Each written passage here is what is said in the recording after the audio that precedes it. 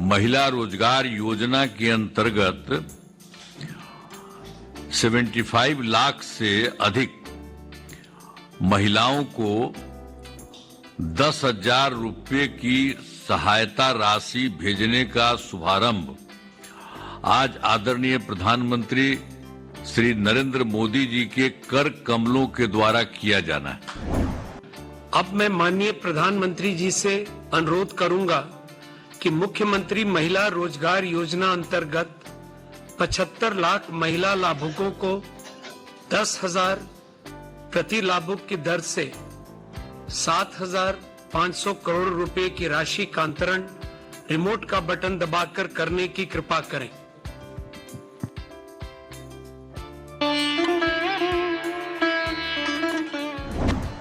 आज आपके दो भाई नरेंद्र और नीतीश जी मिलकर आपकी सेवा, समृद्धि और आपके स्वाभिमान के लिए लगातार काम कर रहे हैं।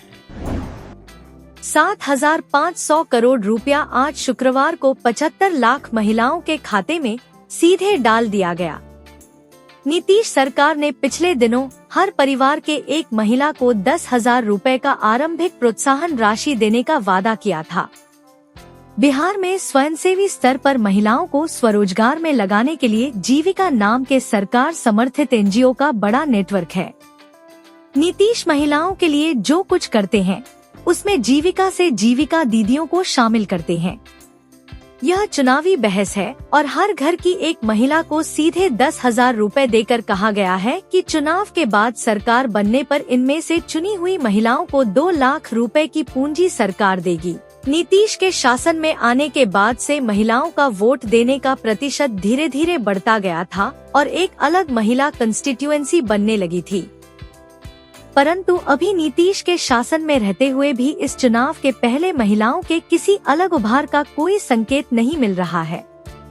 केंद्र और राज्य सरकार ने चुनाव के पहले मिलकर कुछ रेवड़ियां बांटने का प्लान घोषित किया है। महिला रोजगार योजना के अंतर्गत 75 लाख से अधिक महिलाओं को 10,000 रुपये की सहायता राशि भेजने का शुभारंभ आज आदरणीय प्रधानमंत्री श्री नरेंद्र मोदी जी के कर कमलों के द्वारा किया जाना है। इस योजना का फायदा राज्य के सभी परिवारों की एक महिला को दिया जाना है। जिनका रोजगार अच्छा चलेगा उन्हें आगे 2 लाख रुपए तक की अतिरिक्त सहायता भी दी जाएगी। इस योजना के तहत शेष महिलाओं को लाभ देने के लिए अभी से ही तिथियां निर्धारित कर दी गई हैं। अगली तिथि 3 अक्टूबर निर्धारित की गई है और इसके बाद लगभग प्रत्येक सप्ताह में राशि उनके बैंक खाते में भेजी जाएगी। प्रत्येक उपभोक्ता मीटर पर 125 यूनिट बिजली मुफ्त देना, साथ ही युवकों को बेरोजगारी के पहले 2 वर्षों तक प्रति महीने 1,000 रुपयों की सहायता देना है। यह चुनाव के ठीक पहले सितंबर महीने से शुरू हो गई योजना है और चुनाव की घोषणा के ठीक पहले खुलेआम परिवार को पैसे बांटने की योजना है। यह बिहार के योजना के साथ विकास का हिस्सा होता तो इसका बजट में प्रावधान जरूर होता। उद्योग प्रोत्साहन से लेकर अनेक सड़क परियोजनाओं का उद्घाटन और वृद्ध, विकलांग और विधवा के लिए प्रतिमाह पेंशन राशि का बढ़ाया जाना, यह सब चुनाव के मद्देनजर घोषित किया गया है।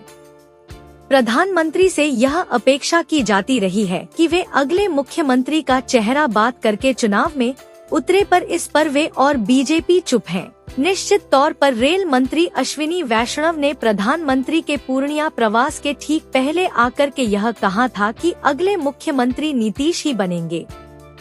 परंतु पिछले कई सभाओं से इस बारे में चर्चा चल रही है कि प्रधानमंत्री मोदी नीतीश के मुख्यमंत्री फेस वाले विषय पर चुप रहते हैं। पूर्णिया प्रवास के समय भी नीतीश के सीएम फेस वाले मसले पर प्रधानमंत्री चुप रहे। महिलाओं को अपने साथ पहले की तरह खड़ा रखने के लिए चुनाव अधिसूचना के ठीक पहले फॉर्म भरवा दिए गए।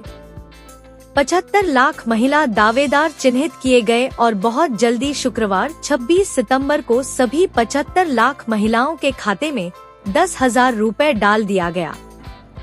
अब मैं माननीय प्रधानमंत्री जी से अनुरोध करूंगा कि मुख्यमंत्री महिला रोजगार योजना अंतर्गत 75 लाख महिला लाभुकों को 10,000 प्रति लाभुक की दर से 7,500 करोड़ रुपए की राशि का अंतरण रिमोट का बटन दबाकर करने की कृपा करें।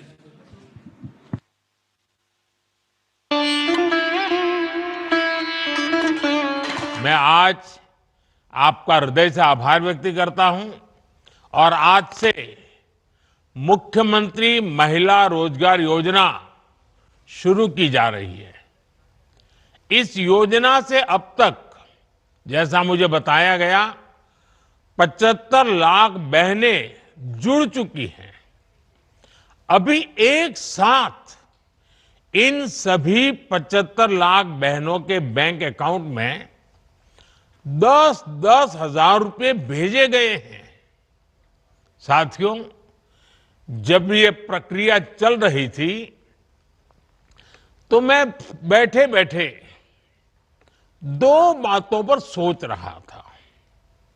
पहला तो ये कि आज वाकई बिहार की बहनों बेटियों के लिए कितना बड़ा, कितना महत्वपूर्ण ये कदम नीतीश जी की सरकार ने उठाया है।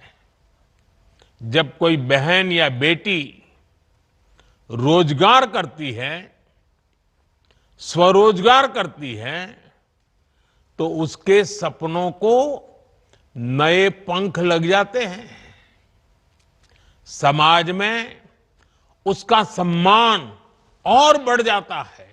साथियों, एक भाई को खुशी तब मिलती है जब उसकी बहन स्वस्थ हो, बहन खुशहाल हो, बहन का परिवार आर्थिक रूप से मजबूत हो और इसके लिए वो भाई जो बन पड़ता है वो करता है। आज आपके दो भाई नरेंद्र और नीतीश जी मिलकर आपकी सेवा, समृद्धि और आपके स्वाभिमान के लिए लगातार काम कर रहे हैं। आज का ये कार्यक्रम भी इसी का उदाहरण है। माताओं बहनों, मुझे जब इस योजना के बारे में बताया गया था तो इसके विजन को देखकर मुझे बहुत अच्छा लगा था। हर परिवार की एक महिला को इस योजना का लाभ मिलेगा ही मिलेगा और शुरुआत में 10,000 रुपये देने के बाद अगर वो महिला इन 10,000 रुपयों का सही उपयोग करती है, कोई न कोई रोजगार पैदा करती है, खुद अपने पैरों पर खड़ी रहने के लिए कोई काम शुरू करती है और अगर वो अच्छा लगेगा और अच्छा चलने पर 2 लाख रुपए तक की वित्तीय सहायता और दी जा सकती है। सोचिए, ये आपके लिए कितना बड़ा काम हुआ है और कॉरपोरेट वर्ल्ड में इसको सीड मनी कहते हैं।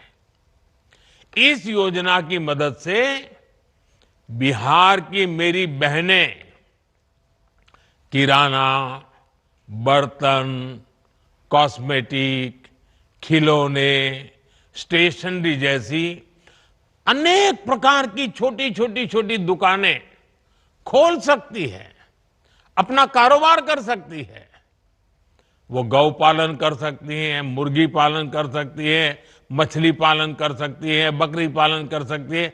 ऐसे अनेक व्यवसायों में वो आगे बढ़ सकती है और इन सब कामों के लिए आपको ट्रेनिंग की जरूरत है।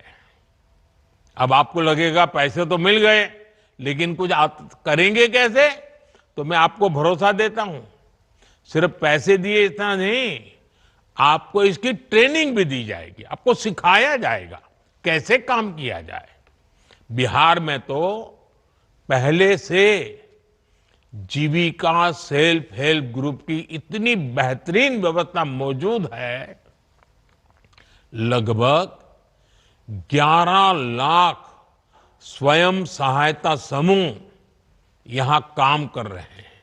यानी एक जमी जमाई व्यवस्था पहले से तैयार है। इस महीने की शुरुआत में ही मुझे जीविका निधि साख सहकारी संघ शुरू करने का अवसर मिला था।